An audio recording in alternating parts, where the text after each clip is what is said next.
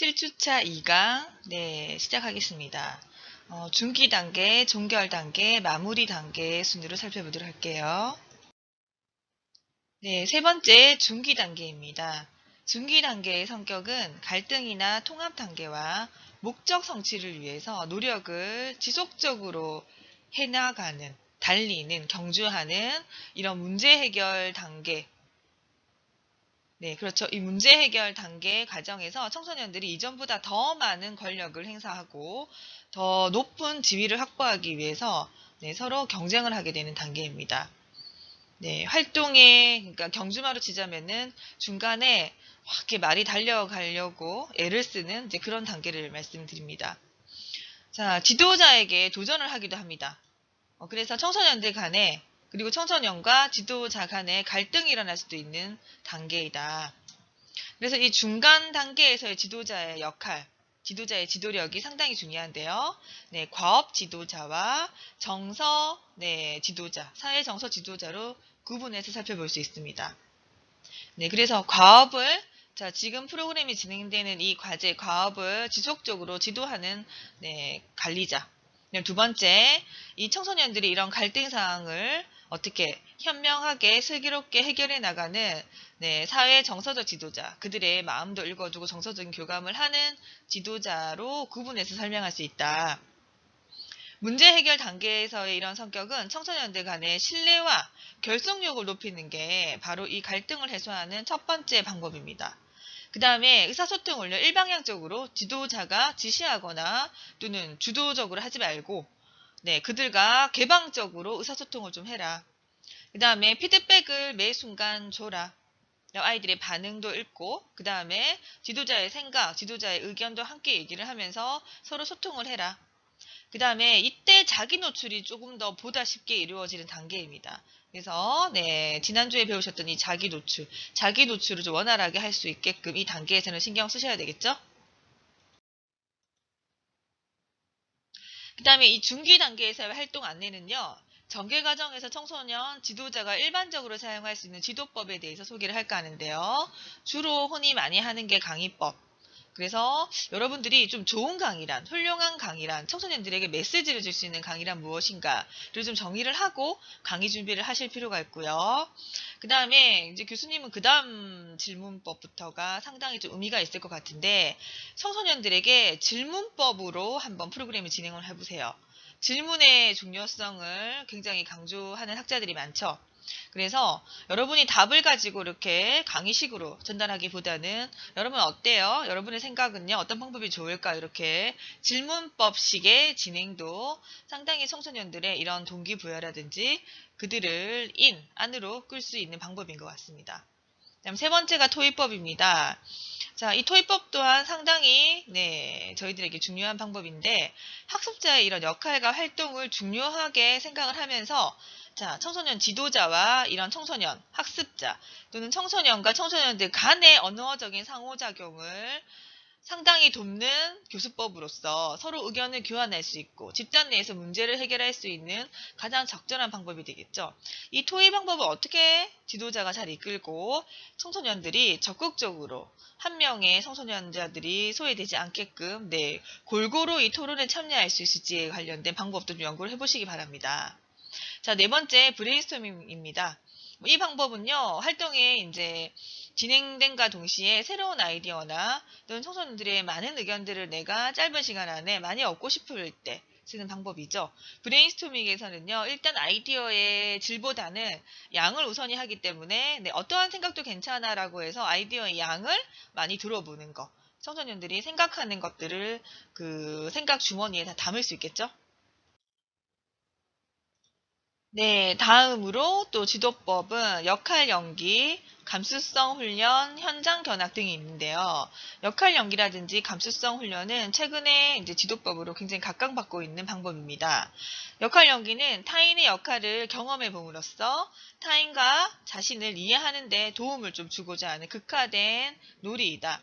자, 그래서 직접적으로 엄마와의 관계가 어때 해서 청소년들에게 직접적으로 그 문제를 드러내거나 감정을 드러내기보다는 뭔가 역할을 주어서 극화된 놀이로서 승화시켜서 아이들에게 그 상대 역할을 해보게 하는 것들을 통해서 뭔가 잠재되어 있는 이런 욕구라든지 불만이라든지 이런 것들을 자연스럽게 끄집어낼 수 있는 좋은 교수법인 것 같습니다.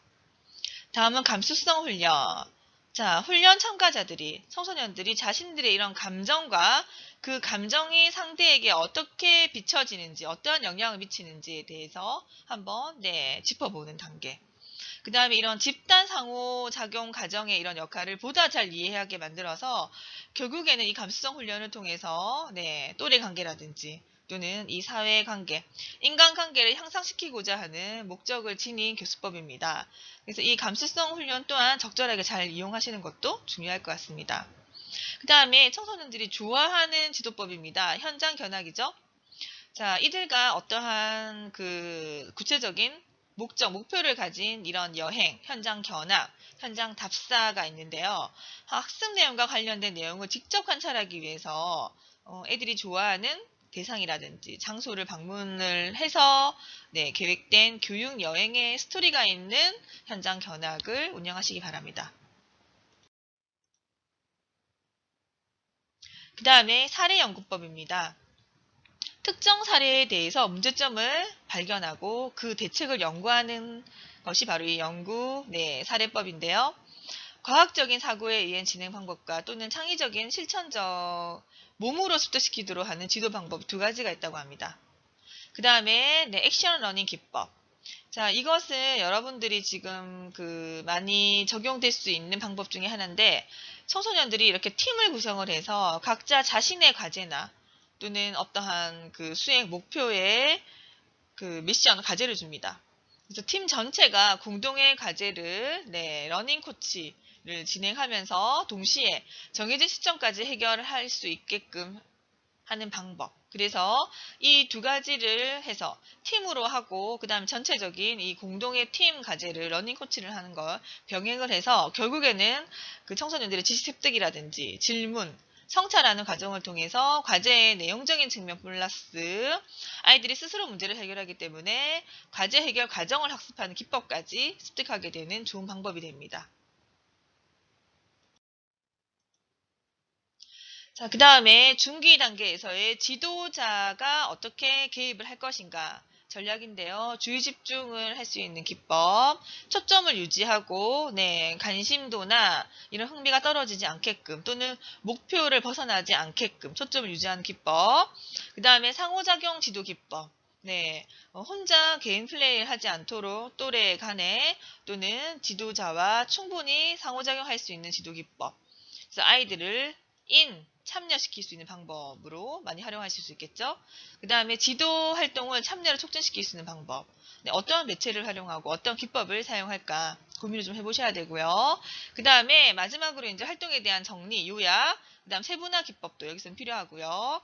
그 다음에 개인 내적 수준에 내가 어떻게 개입을 할지 여러 가지 방법들이 적용이 되는데 여기에서는 인지구조화법이라든지 인지적인 자기지시법 또는 사고중단법, 잘못된 사고를 했었을 때 다시 한번 짚어주는 거.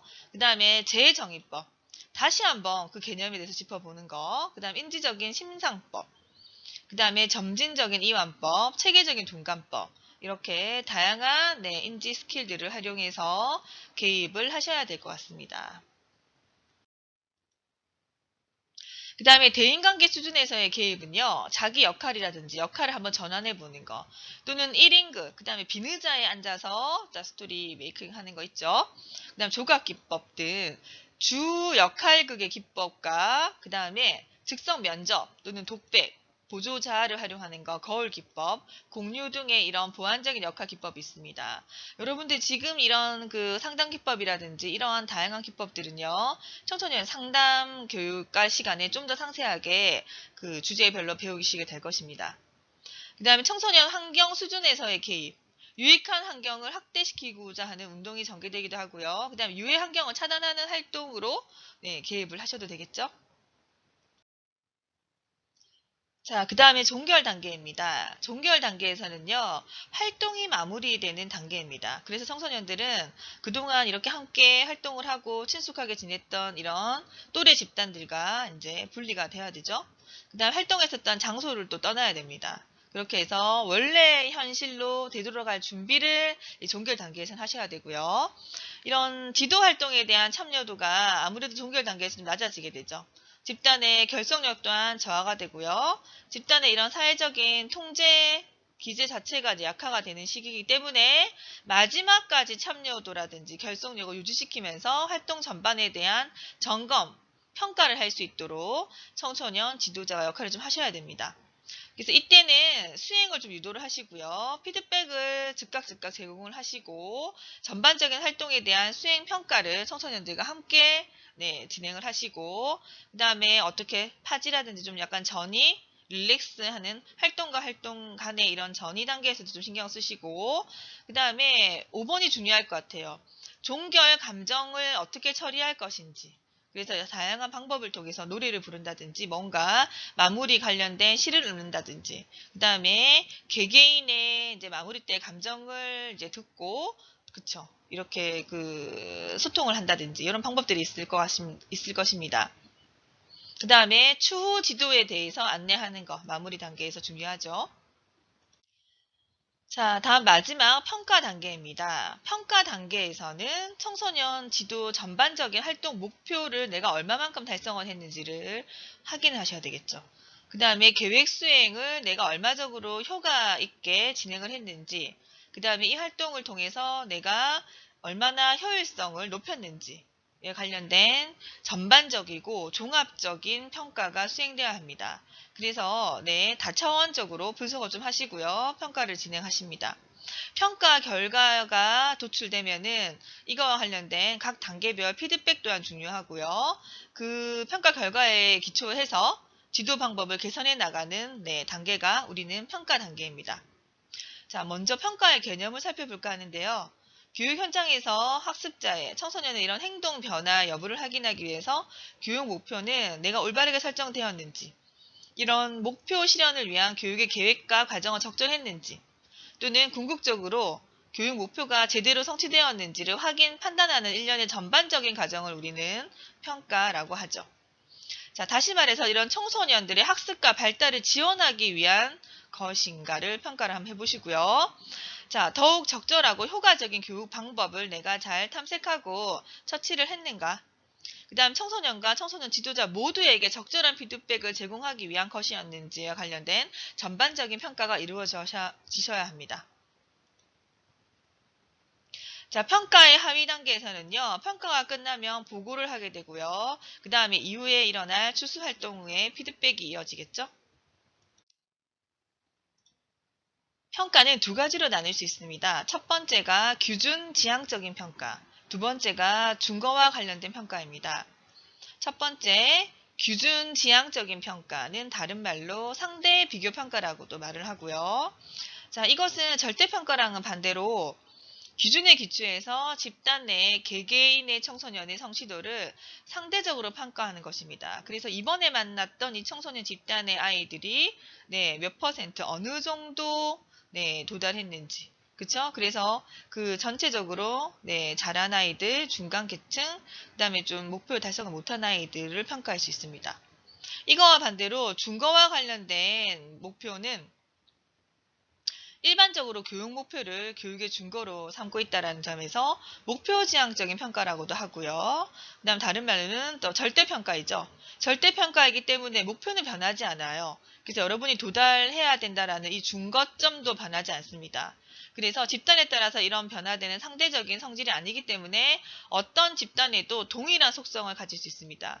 그러니까 A 프로그램에서 진행했었던 청소년과 그 다음에 똑같은 프로그램을 B 집단에 적용했었던 것에서 그 절대평가로 우리가 적용을 해본다면은 목표 도달 퍼센트가 A 집단은 50%였는데 B 집단은 80%였어. 이렇게. 그래서 각 집단을 절대평가로는 또 비교도 할 수도 있겠죠.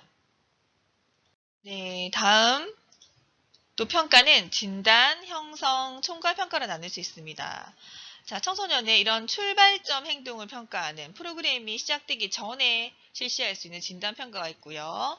그 다음에 프로그램이 진행이 됩니다. 진행되는 동안에 어느 정도 아이들이 학습 목표 또는 학습 진도를 도달했는지를 평가하는 중간평가, 형성평가가 있고요. 그 다음에 마지막으로 이제 프로그램이 완료됐어요. 지도의 마지막 단계에서 청소년들의 성취도를